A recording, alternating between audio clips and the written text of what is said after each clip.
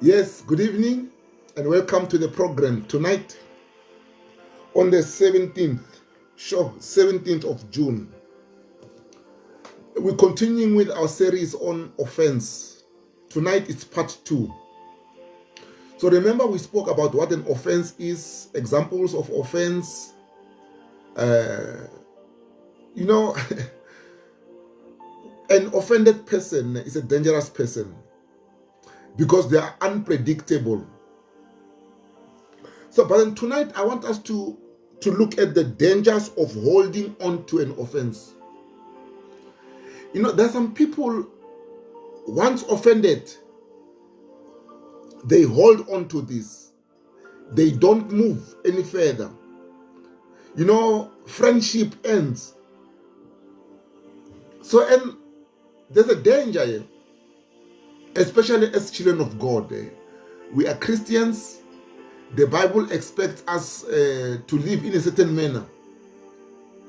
Actually, when you look at the books of Paul, from Romans, Corinthians, and Ephesians, Philippians, all those people were Christians already. So now Paul was writing to them to correct certain behavior. So now Paul's letters are simply about behavioral change because of salvation. So now we also need to go through that process where we adjust ourselves to our new status of being born again. It's no point for us to call ourselves born again while we still continue with the way that we used to do things. So holding on to offenses is a big problem. Now, number one, it becomes a stronghold. You know what a stronghold? A stronghold is something that can make or break.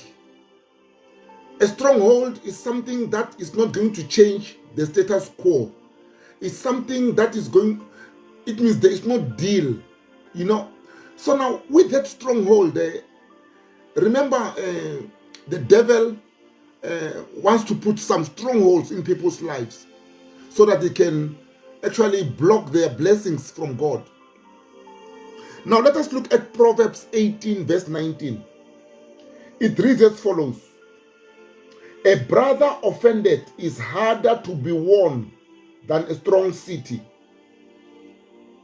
A brother offended is hard to win, is harder to be won than a strong city. Can you just imagine Solomon in here comparing a strong city and a brother who is offended? Now, can you imagine if your brother is offended at you, your friend is offended at you, your neighbor is offended at you? You've got no relationships. And life is about relationships. Life is about hands washing one another. So if you don't have any relationships, how are you going to make it in life? I mean, can you just imagine you've got 5 fingers here and you don't have the 4 fingers, it's only you. Can you do anything with this finger alone? You can't. You need all fingers. So friendship is important. Brotherhood is important. Sisterhood is important. That is why we need one another. Let us ensure that offenses do not become strongholds in our lives where we are not able to move on in life. Offenses build walls. When we grew up, I can't tell you how many years ago, but then when we grew up, over 40 years ago, in the townships, did you know that there were no walls between the houses? There were no fences between the houses. Kids used to run and play in there. We used to double up to go to the other side of the street and so on and so on. And there was no problem, and people were friendly and people knew one another. So now can you just imagine if you were to build walls around you? Who accesses you? Who do you have access to? When you are in trouble, people don't even know because of these high walls that we've created. Strongholds are like that. They build walls around you where people don't know what your needs are. Remember, you are not going to be able to bless yourself in everything. There are some people that are going to bless you with something. And what if they don't know your needs? They won't be able to bless you because of these walls that you would have created around you. Number 3, strongholds break friendships or break relationships. You know, we all need relationships. We all need relationships, and we do not want to offend anyone because we need to have healthy relationships. Remember, yesterday we spoke about toxic relationship. Now, if you are offended, you become toxic, or they become toxic, and the whole relationship becomes toxic. And a toxic relationship cannot go anywhere. A toxic relationship can even cause depression or stress. So now it is important that we handle these offenses well and avoid offenses wherever we can. Point number next, offenses block blessings. Yeah, because people need to bless you. And the people that are supposed to bless you, if they are offended at you or you're offended at them, how can they bless you? They'll just pass on with the blessing. Let us look at Mark chapter 6, verse 3 to 5. Mark chapter 6, verse 3 to 5. Listen to these offended guys. They offended at Jesus. Listen to what they say. Is this not the carpenter's son, the son of Mary, the brother of James and Joses and of Judas and Simon? And are not his sisters here with us? And they were offended. Now some people can get offended because they think they know you. And Luena, you may get offended just because you think you know somebody else. You know, I know of a lady. She once said, "Mang akasim pali nekikenali ena skolu." Can you just imagine? Just because no kenali ena skolu, does it mean that they cannot be above you? Does it mean that they cannot have anything better than you? And such people become offended. So now they were offended at Jesus. But Jesus said to them, a prophet is not without honor, but in his own country, and among his own kin, and in his own house. Jesus said, no, I'm not worried about this. A prophet is not without honor, except in his own country. So now people that think they know you, they will be the first people to get offended. And this is what Jesus is saying. He says, do not worry about such things. It happens to people. And Jesus, when you look at verse 5, and he could then not do mighty works, except lay hands on a few sick people and heal them. It even blocked their miracles. It blocked their healings because they were offended. Jesus couldn't perform any healings there, except for a few people. So now understand this. Did you know that the people that need you are actually the people that get offended at you? And they block their blessings. You could be blessing them one way or another, but because of offenses, they are not able to receive. So it is important that we understand this. The next one, point number 7, is it 7 or 6? I can't remember. Offenses open doors to Satan.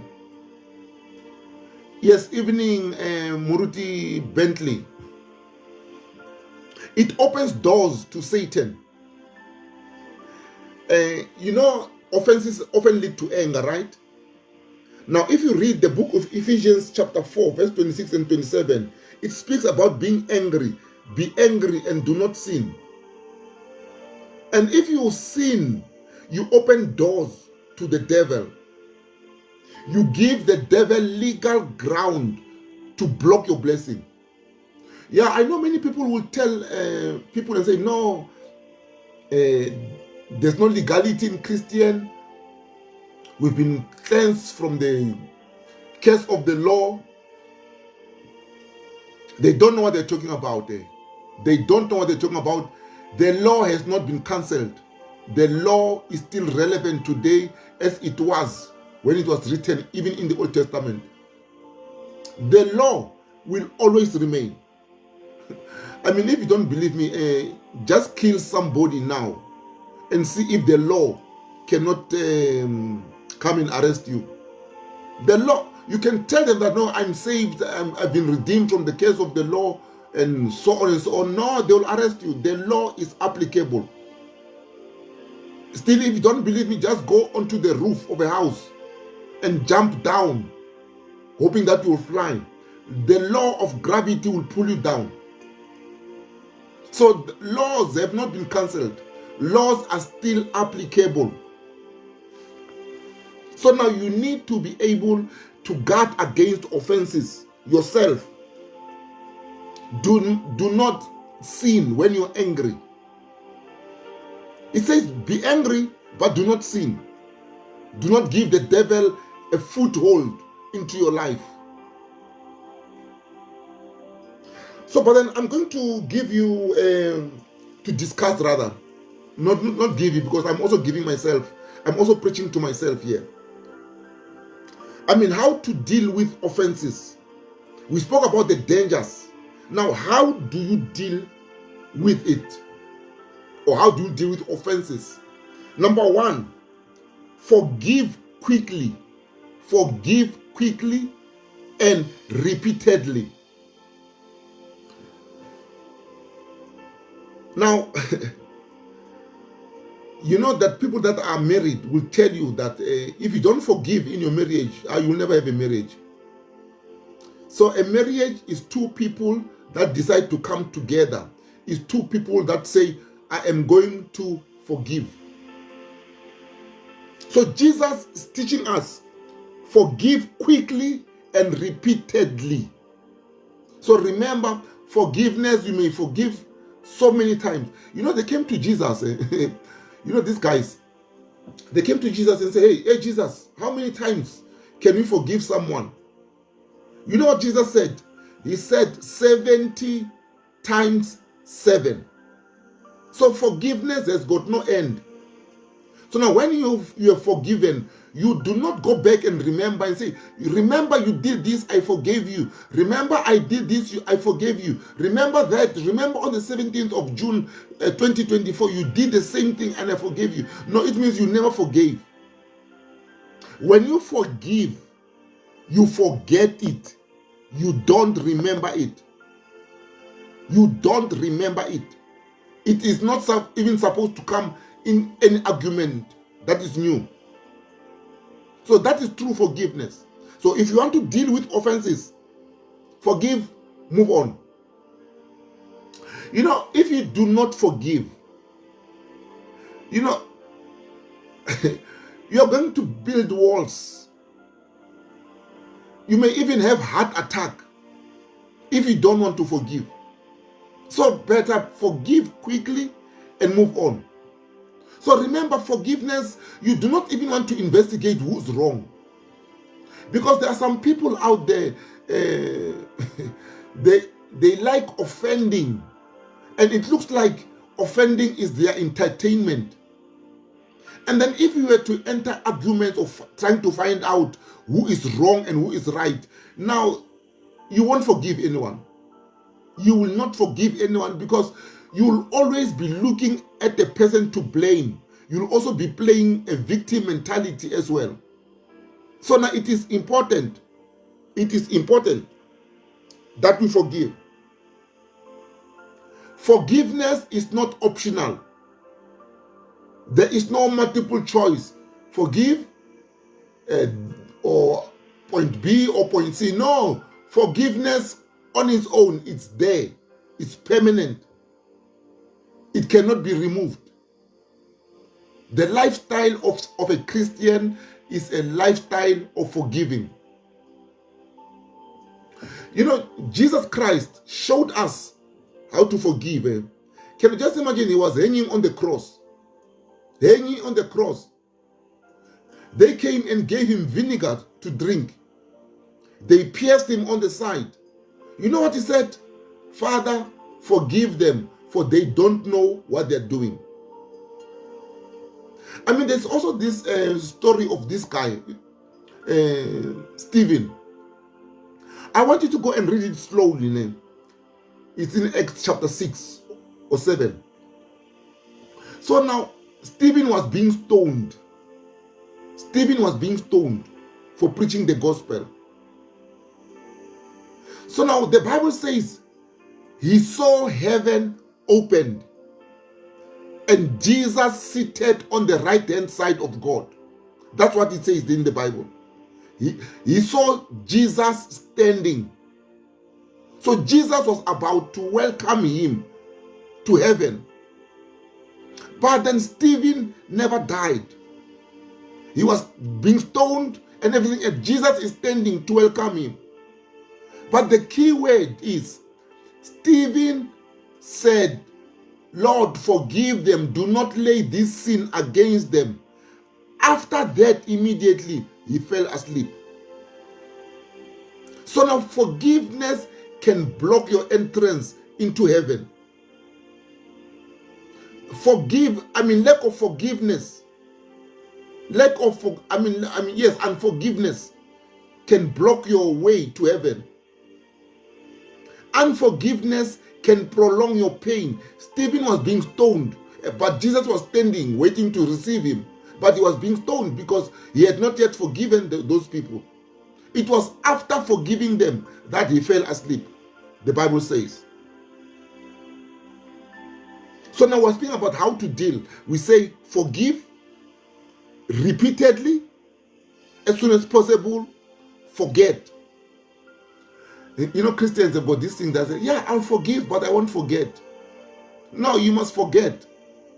You know what God decided? He said, their sins, I shall remember them no more. That's what God is saying. Their sins, I shall remember no more. So God chooses not to remember. So you need to understand this. God chooses not to remember. And then if we were to live Christ-like, we don't have to remember. I mean, Jesus Christ never remembered them. Remember when he rose from the dead, he found them eating. He never reminded them. He said, you guys, I was arrested. Where's Judas? He betrayed me. You, Peter, you denied me 3 times. You, John, you stood there at the cross and you said nothing, you did nothing. You, everybody else, you abandoned me. Jesus Christ never even spoke about that. Why? Because when you decide to forgive, you must act as if nothing happened. You know, I can tell you, if people forgave, there would be less divorces. But the problem is people don't forgive. We classify sins according to categories. We can't forgive for this one, we can't forgive for this one, we can't forgive for this one, and so on and so on. But forgiveness is forgiveness, irrespective of the kind of sin that could have happened or the kind of offense that could have happened. We are speaking about how to deal with it. Number 2, confront with love. You know, many people get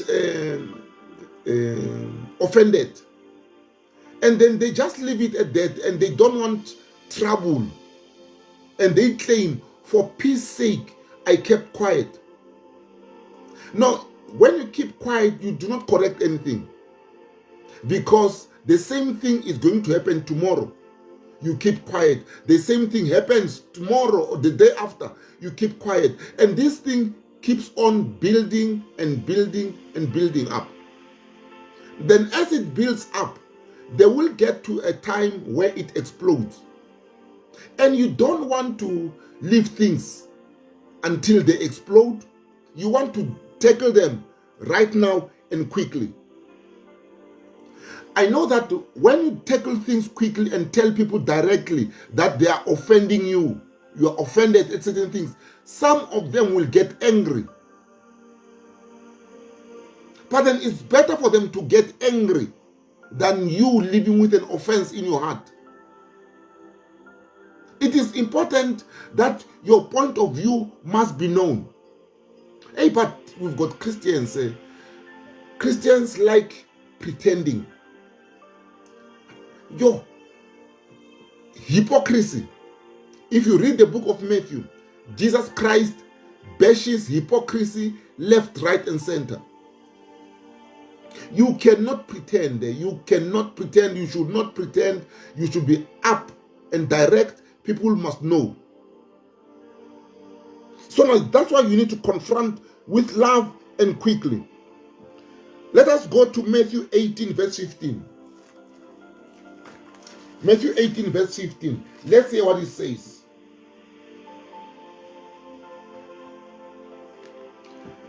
It says, moreover, if your brother shall trespass against you, go and tell him his fault between you and him alone. If he hears you, you would have gained a brother. Verse 16. But if he will not hear you, then take you one or two more, so that people can be able to agree and say, no, we've heard it, we've heard you. Verse 17. And if he neglects to hear again, take him to church. So now, forgiveness and confronting, it's important. You know, when somebody comes and tells you, you know, and so did this and this and this, just ask them, will you be able to say the same thing in their presence now? No, confront a liar quickly. Confront a gossiper quickly, so that they will stop. But then if you don't continue, if you don't stop them, this thing will continue. It will become like cancer. The whole organization now will be rotten. Point number 3. Pray for the offender. Yeah, no, this is tough. Ne? Pray for the offender. Pray for those that offend you. I know it's tough, it's difficult, but Jesus says, pray for them. I mean, what did he say? Love your neighbor as you love yourself. That's what Jesus said. Love your neighbor as you love yourself. He didn't say love your neighbor when they are not offending you. Because your neighbors will offend you sometimes. Your neighbors will offend you. I remember when I was growing up, I grew up at a place called Shawelo. We had a neighbor. When there was wind, some papers would fly and go into their yard from our yard. You know, the neighbor would actually take those papers, roll them back and throw them back into our yard. So that neighbor, I can say it was a neighbor from hell. You know, my sister, she was very, very naughty. She would pick them up again and throw them back there. Now it became a problem. And Jesus says that you must love your neighbor as you love yourself. It's a big challenge. It's a big challenge. Jesus does not specify what kind of neighbor you should love. As long as somebody is your neighbor, you must love them. So you've got neighbors at work. You've got neighbors in the taxi in which you travel. I mean, you've got neighbors everywhere. Church, you've got neighbors. So now, pray for the offender. Pray for the offender. I mean, as you pray for the offender, release them Just accept it. Even if they don't come to apologize, forgive. Forgive. I mean, it is the right thing to do. It is the right thing to do. Point number next, how to deal with offenses. Number 4, follow Jesus' example. I think I did mention something here. Follow Jesus' example. In the midst of pain, him being stabbed on the side, being pierced on the side with a sword, he still forgave them. And when he rose from the dead, he never pursued them and said, "When you pierced me, when you did what you did, when this is what you did." No, he forgave them as if nothing happened. Are you in that position? Will you be able to forgive?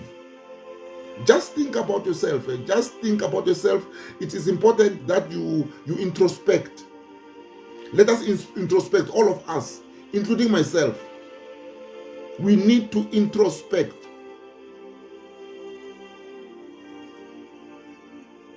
Stephen forgave.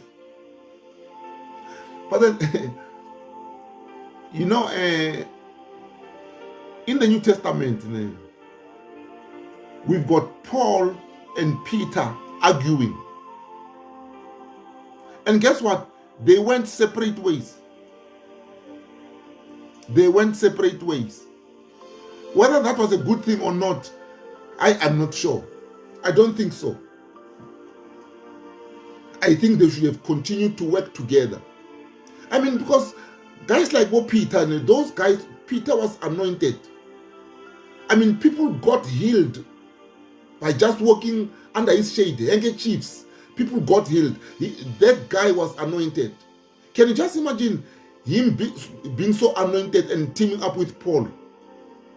They would have gotten very, very far. But because they argued, they disagreed, they were offended at one another, they decided to part ways. So it is important, Christians, it is important that we follow Jesus' example. We need to be quick to restore people. We find in John chapter 21, when Jesus asked Peter, says, "Peter, do you love me?" Peter says, "Jesus, I love you." Then Jesus comes back again and says, "Peter, do you love me?" Peter says, "Yeah, Jesus, I love you." Jesus said, "No, feed my lambs." Jesus comes back the third time, asks Peter, "Do you love me?" Peter got angry. He said, "Of course you know that I love you." Jesus said, "Feed my lambs. Feed my lambs." And then Peter was restored by Jesus. You know why Jesus asked Peter 3 times? It's because Peter denied Jesus 3 times. So Peter had a negative, 3 negatives that he had spoken out. And those 3 negatives had to be cancelled by speaking positive. Yes, I love you, feed my lambs. Yes, I love you, feed my lambs. Number 3, yes, I love you, feed my lambs. So it is important. We need these things. Let us follow Jesus' example. Now, let me give you practical steps to overcome. You know, we said pray for the offender. It's not easy, né? I mean, obviously, it's not easy. But then we are going to give you 4 points in here that you need to use. No, but the problem with Christians, we go to service, we listen to a powerful sermon, powerful guidelines, and then we forget, or we don't implement after we have received all the teachings. So now I'm going to give you things to consider that might help if you've got a problem of being offended. So remember in Luke chapter 17, Jesus Christ said, woe to you if the offense come through you. So now we need to make it a point that we are not the causes of an offense. We don't offend anyone. All we did now, we were trying to manage offenses, people offending us. Why? Because we believe that we should not be causing offenses. We should have passed that test already. We should not be offending anyone. So how do you overcome? Number one, examine yourself. You know, examining self, Christian's name, it's one of the most difficult things. Why? Because you've got to actually have a meeting with yourself. You need to come out and talk about your weaknesses. You need to come and talk about your strong points.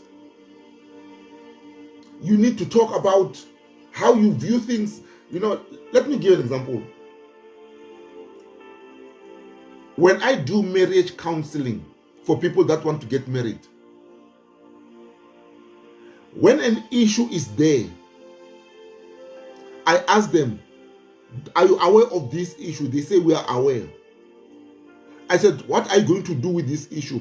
Are you going to go on, get married with this issue now? If they say yes, we are going to overlook it, we are going to get married. Then I tell them, I say, this issue must never be an issue again in your married life. It must not come when there's a problem in the house.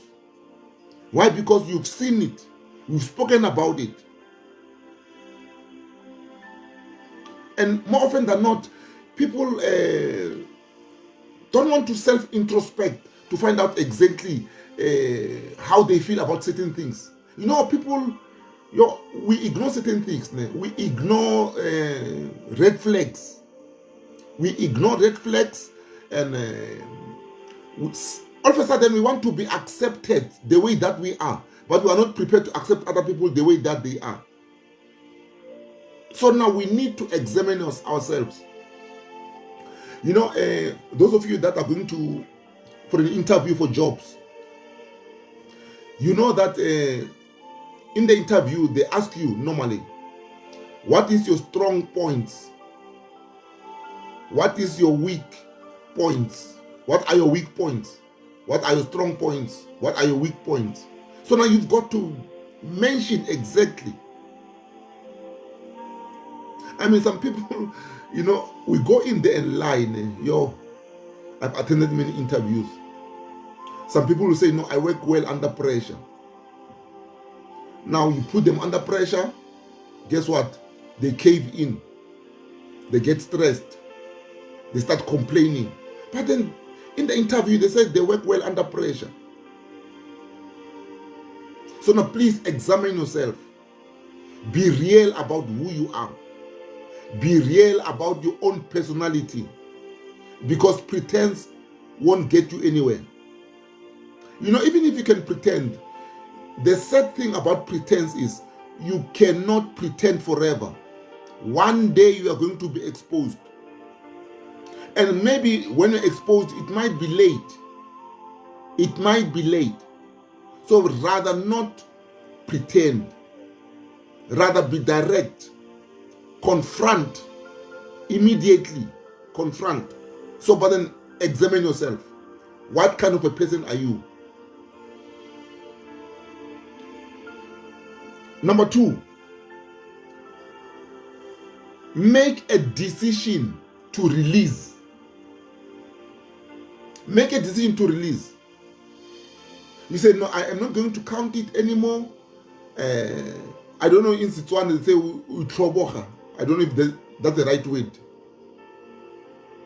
No, just give in and say, I am not going to worry about it anymore. You know what Jesus says about worrying in Matthew chapter 6? He says, do not worry about this, do not worry about this, do not worry about this. He mentioned so many things that we should not get worried about. Why? Because worry causes stress. Worry causes high blood pressure. Worry can cause strokes. So now there are some things that you should say you don't worry anymore. You know, as I was preparing this message early in the morning, I thought of worry and a sick person.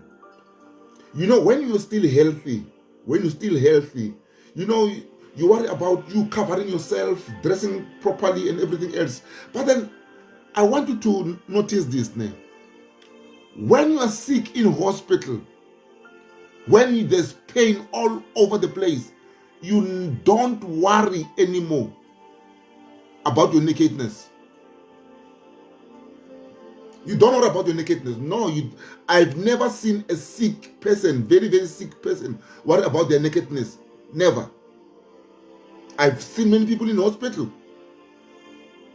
So now, remember, when they're sick in there, they've just released themselves and saying, you know, I am not going to worry about this because it's not important. What is important is my health. What is important is my health.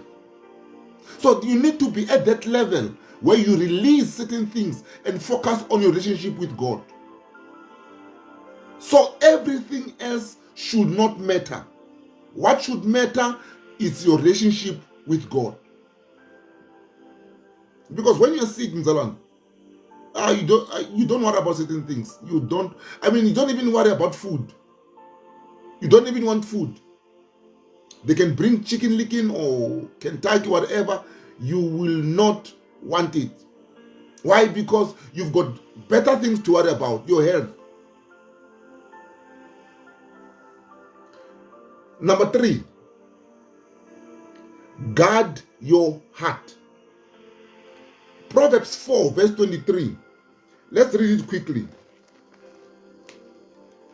Proverbs 4 verse 23.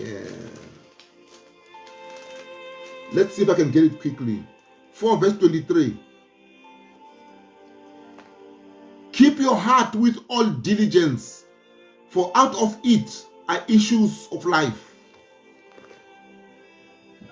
Guard your heart. Don't contaminate yourself. You know, have you ever realized the more you watch horror movies, the more you dream a lot, bad dreams? Why? Because your heart is exposed. Start thinking properly. Paul says in Romans chapter 12, be transformed by the renewing of your mind. No, guard your heart. Guard your heart. Protect yourself. Read the word of God. Don't enter into arguments or gossips. Protect yourself. Do not be witness to something that is wrong. Protect yourself. Protect your heart. Last point. Walk in love.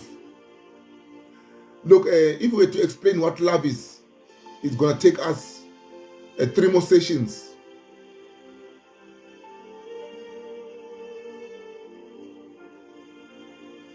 Walk in love. Let us read it. Colossians chapter 3. Colossians chapter 3 verse 13 to 14. That is, if I can find it. Colossians chapter 3 verse 13 to 14. Forbearing one another and forgiving one another, if any man have a quarrel against any, even as Christ forgave you, so also you should. Verse 14. And above all these things, put on love, or put on charity, which is the bond of perfectness. That's what Paul is saying there. Walk in love. Remember, there's something also called tough love. Tough love.